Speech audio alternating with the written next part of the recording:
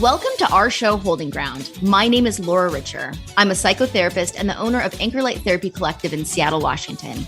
Each week, I'm joined by another therapist from the Anchor Light team to tackle important topics in mental health and psychotherapy. Our goal is to promote well-being by normalizing mental health challenges. We are here holding ground for you every Tuesday morning at 9:30 a.m. on KKNW. Good morning and welcome to Holding Ground. My name is Laura Richer and I am the founder of Anchor Light Therapy Collective in Seattle, Washington. And today we are back. I'm here with my co-host Michelle Mooney, who is a licensed trauma and couples therapist and the clinical director at Anchor Light Therapy Collective. Good morning, Michelle. Good morning, Laura, and everyone, all of our listeners. It is really exciting to be exciting to be back. Yes, fresh new content.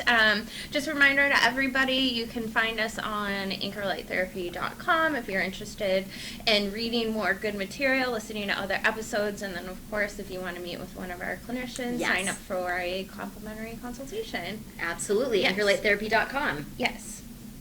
So, today, Laura, we are talking about red flags in relationships that seem romantic at first. Can you say more about that? Yes. So there's a lot of behaviors, and as couples therapists, we talk a lot about this in our work, that in the beginning might seem really romantic and exciting, maybe even a little intoxicating, but in reality, they're red flags, and they're hard to distinguish sometimes because they feel so good. So on today's episode, we're going to give you a list of our top, is it 10?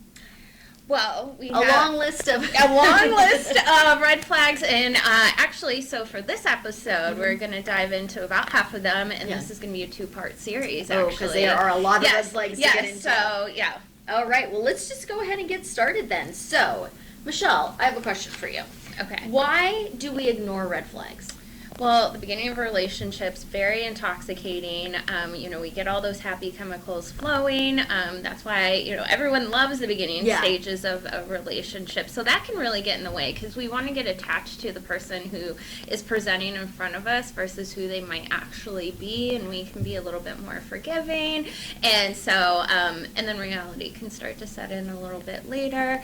But yeah, initially a lot of this stuff can go unnoticed. Yes, so that infatuation stage and all the good brain chemicals, I don't know what they are, endorphins, serotonin, just so you can see people through dopamine. Yeah, Oh, everybody loves a little dopamine. So just you might have some rose-colored glasses on, and again, it just is so fun. It feels good. Yeah.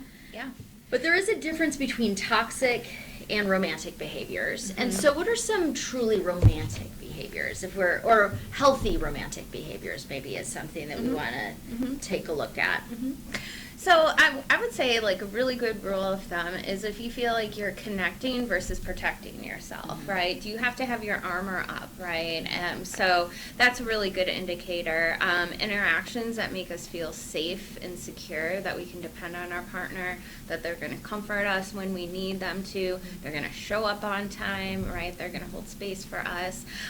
So our independence, autonomy is respected, right? We want to have lives outside of our partners. So our partner feeling secure in that, right? You can go out and enjoy yourself. I know you'll return. And really being supportive of that and excited for you, right? That you have all these interests outside of the relationship that, of course, then we bring back in those influences. So, yeah. Yeah, so a relationship where you feel just kind of safe to be yourself, that you don't have to feel like you need to protect yourself.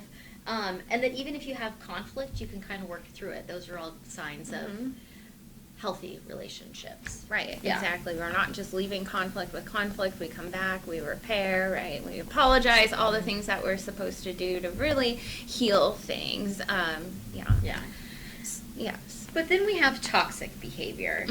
So I think as a general rule, anything that feels like you have to self-sacrifice or diminish yourself or do things that make you uncomfortable to keep the relationship on track, probably that's a red flag that you're dealing with some toxic behavior. Right. we talk about these danger responses or these anxiety responses, and one of them, we talk about fight, flight, or freeze. One we don't talk about enough is fawning, or we can look at it as appeasing. So being not our authentic selves, just to either smooth the waters or to keep our partner happy. And anything like you're saying, sacrificing your well-being, right? That can look like having to make our worlds really small to, keep our partner around, to keep them happy. So anything that's making you do that, right? Really pay attention to that. Definitely. So what are some impacts to us if we're in a toxic relationship, Laura? So it can be subtle in the beginning, and so sometimes this is another reason why people don't notice the red flags and what's happening to them, because it does feel good in the beginning, and then maybe when it doesn't feel good anymore, you still kind of want to get back to that place where it does. Right. You're hoping it might change or get better. But staying in an unhealthy or toxic relationship over time is going to be both mentally and emotionally damaging, and sometimes even traumatic for people. Right. So there is some danger in continuing to expose yourself to toxic behavior. And you might experience things like feeling really insecure, not sure of yourself. Right. Some people start to question their own sense of reality in Yep. a relationship if they're always being told that they're wrong or that their instincts are hurtful to their partner. You might have anxiety, depression, trauma-related type disorders.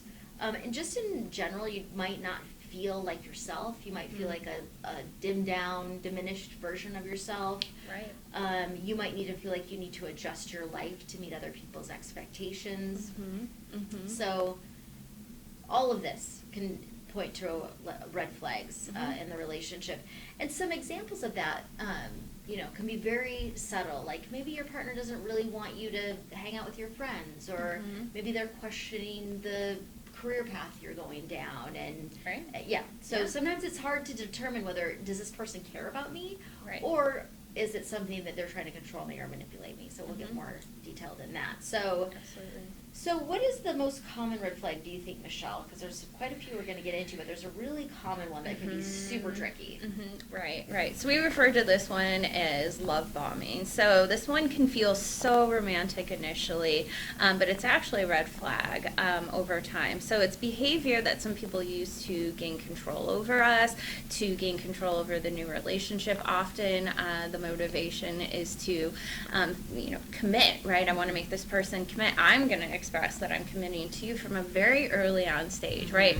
We don't know these things yet. We don't know that's going to be our last partner, but some people will say that, right? You're my partner for life. I love you so much. You're the first one that I've met like this, so I know that I want to be with you. And I know it's only our second date, but yeah, here we are. Right, exactly. And you hear of those rare stories where people decide they're going to get married on their first date, and then they do, and now they're 100 years old and still happy. But in general, right, that's not the way that we want to go about things. So this can look like things like big gifts or gestures after there's some sort of fight or disappointment. I actually had a roommate in college, and every time her and her partner would get in a fight, he would show up in tears with roses, to the point where it was like, hey, so-and-so is here again with more flowers, right? And then there was never any repair, though, right? It's here's your flowers, accept the fact I'm sad, and then let's move on. Yeah. Well, then we wouldn't have to do flowers all the time, right? If we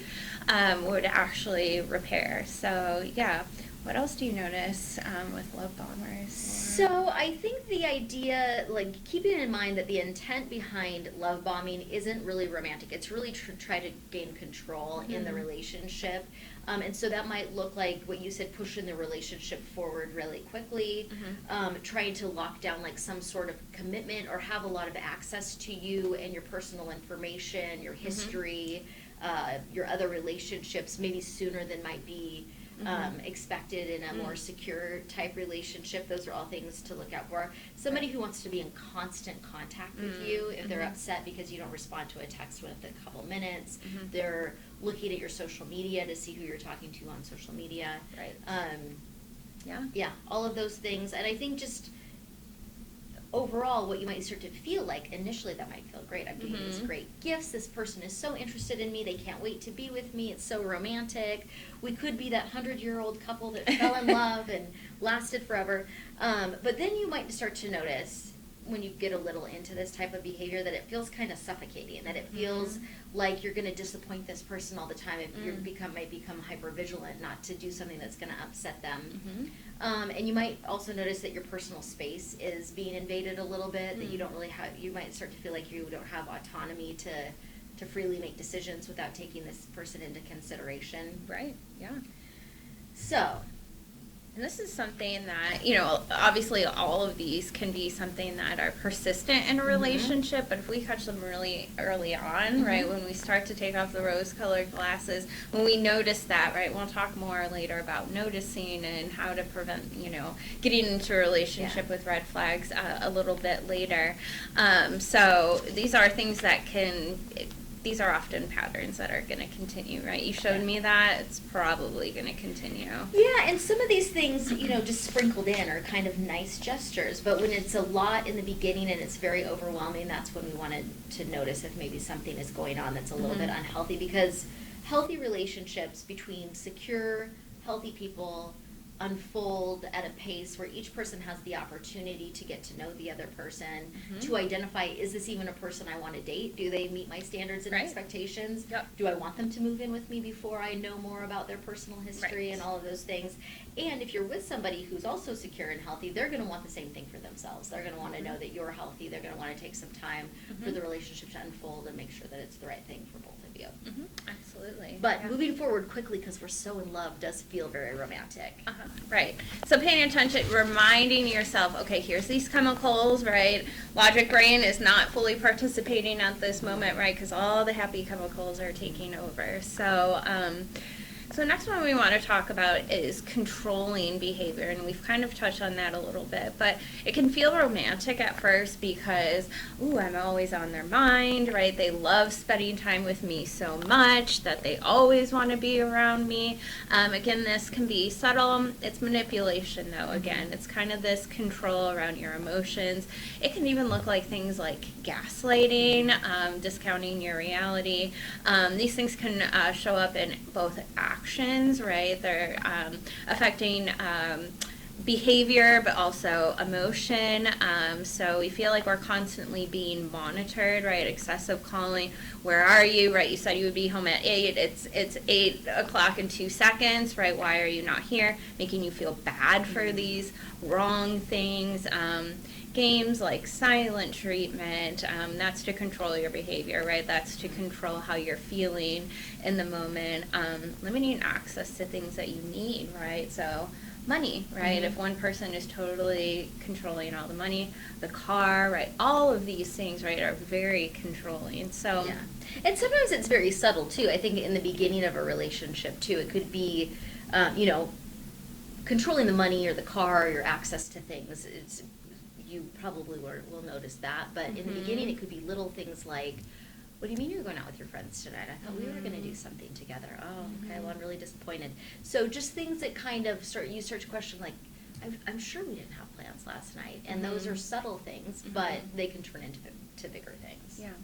Yeah, or insecurity around, so, you know, if you like men, right, if you go out with your male friends, okay, there's insecurity there, regardless, right, if they're interested in you or not, regardless of your friends, past romantic relationships, whatever it might be. If it's just, you know, the person you're attracted to, and they're eliminating that, right, that's really obviously controlling behavior, and then, you know, trying to make your social circle a lot smaller. Yeah. Or even saying, well, I think that you were flirting with that person at the party, and then it's trying to control who you speak to when you're out. So little things can definitely turn into bigger things. Yeah. And I think sometimes people perceive being jealous as romantic. They care about me so much. They're so invested that they feel insecure. And that is just not romantic. Right. And it's not our job to manage someone else's insecurity. So that's why it's not romantic, right? So what is romantic, Laura? So what is romantic is somebody who makes you feel like a better version of yourself, that they embrace the person that you are, they appreciate the person that you are, not just what you do for them. It's also really romantic, somebody who can manage their own emotional state. Right, yes, exactly, right. Again, we shouldn't manage someone else's insecurities, emotions, right? Hopefully they're doing their own work, whatever that might look like. Yeah. Obviously therapy, right? Yes, Number yes, one, yep. but other self-education and introspective work is paramount, so. Yeah, and I think that they value you as an autonomous person and your achievements and find that attractive. They're not they don't feel threatened by that. Right, Yeah. exactly, Yeah. exactly. So what do we have, Michelle, for number 2 on our red flags list? Unrealistic expectations, Laura. So, we often, if we meet expectations of our partner, right, we can be rewarded in some sort of way, so that feels good. And they give us this false sense of security. If I just do this, right, then they'll love me. If I meet their expectation, then I'll win their affection. So, that's why it can feel romantic, but, in reality, right, there's a lot of things wrong with that. So an example might be getting angry when our partner can feel like we didn't anticipate their need or expectation, right? They might hold you to a higher standard than they do themselves, right? So they have very high expectations for you, but I'm okay down here, right? Yeah. That works for me as long as you're up here. It can definitely be related to some narcissistic tendencies, right? And it can lead towards, some sort of mental or emotional abuse over time. Definitely not reciprocal, again, expectations, right? So I have all these expectations and you don't expect that of me. So, yeah. So what is the antidote, would you say, to that? What is romantic expectations? So empathy towards experiences and emotions, so one thing I think that's a very unrealistic expectation in relationships is that some people will expect their partner to know what they're thinking or what they want or what they're feeling. You should just know. You've known me for 20 years, and it's like, not necessarily, right? Yeah. That one thing I might not know. Exactly. I don't live inside your mind. Right. So having empathy for that we do have to communicate that you are with somebody who's a separate person from you and that you may need to communicate your needs to them or that they need to do the same for you, and having reasonable expectations. Right. I mean, how are you going to feel in a relationship where you're held to a certain standard? Right. You've got to be home doing all the cleaning, taking care of the kids, making dinner, and your partner is out with their friends, but yet that isn't offered. There's no reciprocity in that. So Right, exactly. equality is more romantic probably than unrealistic standards. And then other things are that if you have a good friendship and you have great communication and you admire people as people and have respect for each other, you're just going to have a better relationship altogether. Right. Those are realistic, healthy expectations that we should all have. So we touched on this one kind of already, right? But this jealousy, right? They're so invested in me. They want me all for themselves. Again, blaming you for their insecurities. Trying to change your life or habits to match that. We have a really good episode on retroactive jealousy, so that can show up as being really jealous of your past relationships, even though obviously you're not in them anymore. Being really jealous of who that person is. So that's another great episode, number 47, if you're interested in checking that out. And jealousy, like you said, they just want me, they're so invested, they want me all to themselves, and that might feel romantic in the beginning, but it feels suffocating in the end, and it is a form of manipulation. It's trying to control your behavior so that they don't feel uncomfortable, and that's not going to feel romantic after a while. And the retroactive jealousy piece of it, that we have another episode on, episode 47, is actually a form of OCD. It's a form of anxiety that could even require treatment. So if you find that you're overly possessive of your partner or overly jealous to the point that it's having a negative impact on your relationship, you may want to seek out some help for treating some sort of anxiety disorder. So it could speak to bigger issues in the relationship. But I've talked to many couples over the years. They've gone through each other's phones. Oh gosh, It's been very destructive, going through each other's social media, trying to figure out put together the pieces of their partner's past, and then creating all kinds of narratives about what that means, and it just isn't helpful or healthy, and eventually it's annoying. It's not romantic. Yeah. Going back to other relationships I've witnessed throughout my life, I actually saw one of my friend's partners create a list of all of their prior partners, what they did for them, right? So gifts they bought them, all of these things, like this log of all these people that they, and this was way before like social media and, Googling everyone and all of that. So, but anyway, right, that is obsessive for sure. I was going to say, this person has some form of anxiety. Yeah. That is not what you want, not an activity you want to do. And then really, ask yourself, what is the value of knowing that information? Exactly. What does that change? Yeah. How does that contribute in a positive way to your relationship? Yeah. It really doesn't, right? All you're doing is giving all this head real estate to people that are in your partner's past, right? They're in front of you for a reason. Yeah. And maybe not for too long, right? If they keep exhibiting if you go through their these phone and behaviors. stalk them on social media. Yeah. Exactly. So, what is romantic then? Somebody who is not insecure, somebody who feels confident in their relationship, even if their partner has had past romantic partners, which, some people are dating in their 30s, 40s, 50s. Quite likely you have a long relationship history, and it doesn't really mean that much about what's happening, or doesn't have that big of an impact on what's happening today. Right, it can actually be really good, right? Yeah. Every relationship we're in, we learn new things about what we want, who we are. So, they're bringing in all of that helpful learning, right? It's not just, these lingering feelings from the past. So, do you have any other wild jealousy stories? The making the list. That's an intense one, right? Yeah. One. And both of these examples are from college, right? Yeah. So when we're 19, we make all kinds of decisions that might not be healthy. So, but like you said, jealousy, again, like looking through our partner's phones, right? Following them around, are some more extreme ones, confirming, right? Aha, right? You are doing that thing, or that person did say that thing to you. And then, right, so it's not only the jealousy, it's acting on it, right? And how that influences the relationship. And you're going to confirm what you're looking for. I've had people in the past, and this has happened on several occasions, where their partner went through their phone and saw something that they thought was certain that they were doing something that would be upsetting to them, and in fact they weren't, but they were just making meaning out of a random text message, or one person thought that they were having an affair with their dentist, but they didn't realize it was the dentist because it was a female's name or something along those lines. So just all kinds of wild things can happen. Yeah. Our minds can come up with very interesting stories when we're feeling insecure, especially.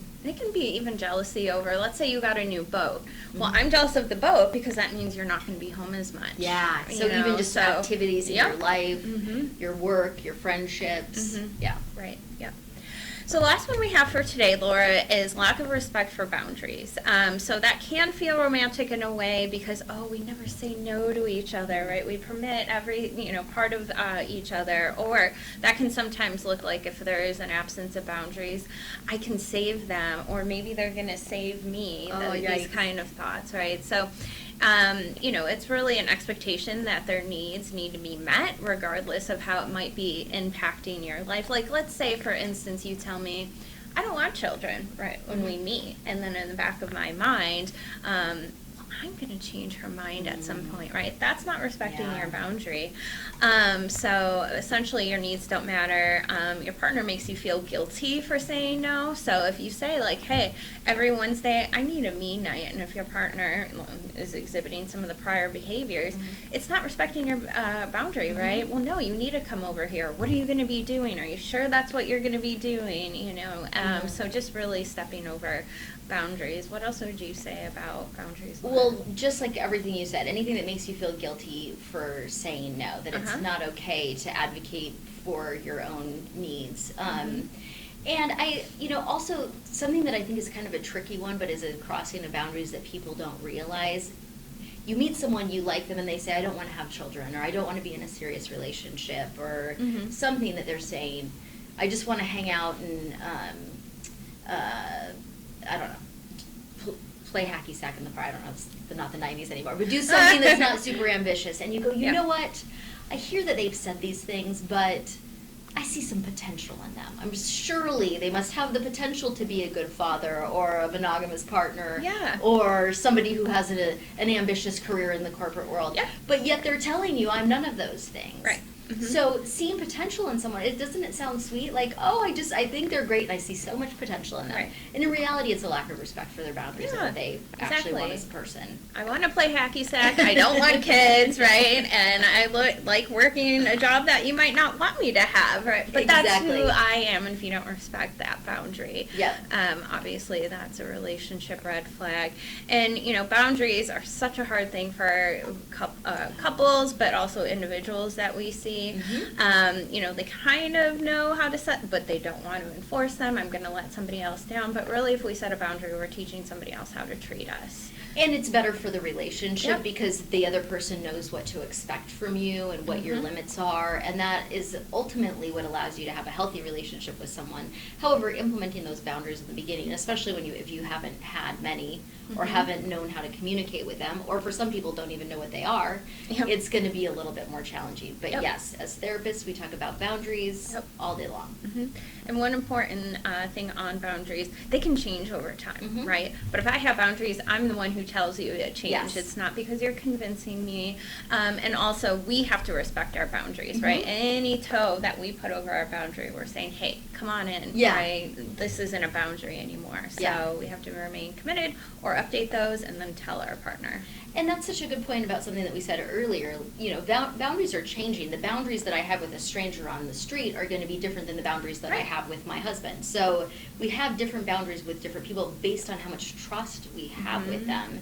And if you don't allow the time for the relationship to unfold, to build trust, you're going to end up in a place where you feel like your boundaries are being crossed. Yeah, and Yeah. boundaries can evolve throughout the relationship. So maybe at first I don't want you coming over to my house, right, until date number 10. But later on, right, I want you to come over every night. Right. So, these things can update, and that's a good example of how. So, Laura, that's all the time we have for today, but I hope everyone joins us next week for part 2, and we're going to share 6 more red flags that seem romantic at first and how to avoid those in the future. Thanks for tuning in to Holding Ground. You can hear us here every Tuesday morning at 9:30 a.m. on KKNW. I'm Laura Richer at Anchor Light Therapy Collective, Find us online at anchorlighttherapy.com. and we'll see you next week.